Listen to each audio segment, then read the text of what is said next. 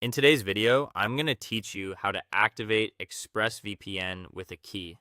If you're setting up ExpressVPN on a new computer, laptop, streaming device, or router, you may be asked for an activation code. This code is different from the temporary 6-digit verification code used during sign-in. The activation code is a longer alphanumeric key that connects the app to your subscription, so you don't have to enter your main account password on every device. To begin, open your web browser and go to the ExpressVPN sign-in page. Sign into your account using your email address and password.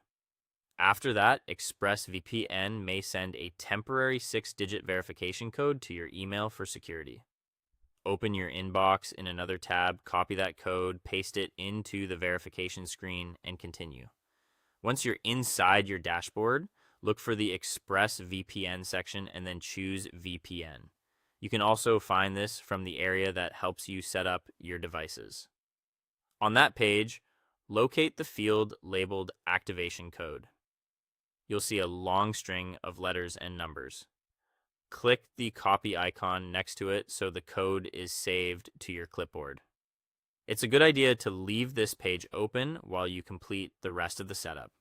If ExpressVPN is not yet installed on your device, stay on the same dashboard page and look for the Applications section. Choose the version that matches your operating system, such as Windows, Mac, or Linux, and then click Download Now. When the installer finishes downloading, open it from your Downloads folder and follow the on-screen installation prompts. Let the installation fully complete before moving on. Next, open the newly installed ExpressVPN app from your desktop or Applications menu. When the welcome screen appears, click Sign In or Get Started. The app may show you different sign-in options, so choose the one that says Sign In with Activation Code. In the empty field, paste the activation code you copied earlier. You can right-click and select Paste, or use the keyboard shortcut for your device. Then click Continue or Sign In and wait while the app verifies the code.